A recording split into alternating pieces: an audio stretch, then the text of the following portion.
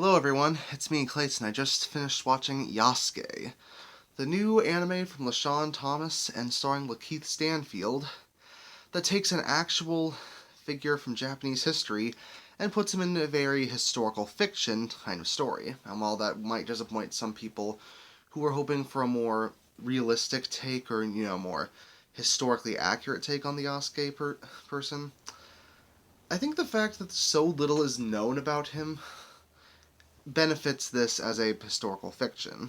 But let's get to the story, shall we? The story is that Yasuke, formerly the retainer of Oda Nobunaga, has become a booze hound and a boatsman ever since the fall of Nobunaga, and ever since he's been usurped by the Grand Daimyo.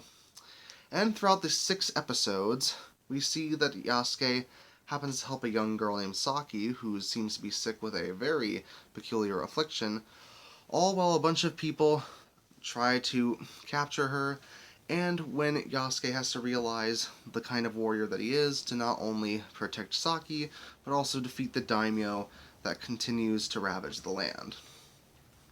But that's all I'll say about the story. The story is basically 2 parts. It's 2 3-episode arcs that form its 6-episode length.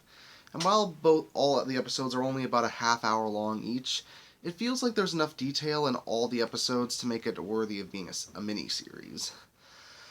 And honestly, I do think that MAPPA's animation works very well when it comes to making this a series that's worth your time. Studio MAPPA, of course, also worked on the final season of Attack on Titan and Jujutsu Kaisen, and their animation really shines here, especially during the many action scenes.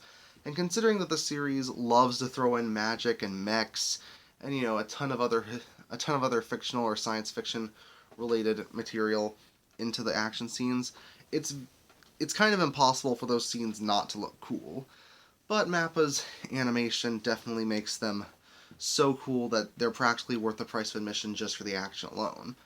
But I do think the story at hand that it tells is ultimately better handled than, say, LaShawn Thomas's last anime that he handled, which was Cannon Busters, back in 2019.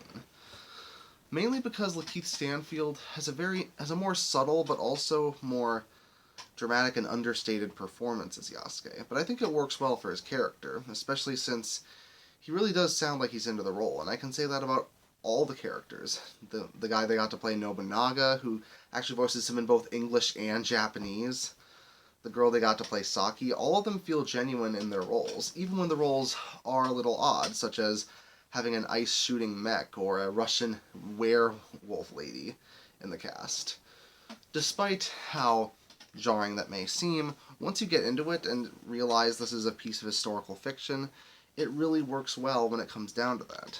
On top of that, I appreciate the fact that Yasuke looks like an actual black person when it comes to his overall character design, and that he happens to go through a lot of character development that seems a little bit, tame or a little bit something that's been seen or done before. But considering that MAPPA also did a lot of more subtle and more understated development and a lot of great progression of its characters in something like Dororo, which also has a similar setting, it happens to work really well here. And much like Dororo, the main villain, the daimyo, is kind of one of the bigger disappointments of the series, in that she's kind of just an evil spider lady villain. She has a final battle that looks cool, and she certainly does command a intimidating presence when she's introduced in the second half, but there's really not a whole lot to her.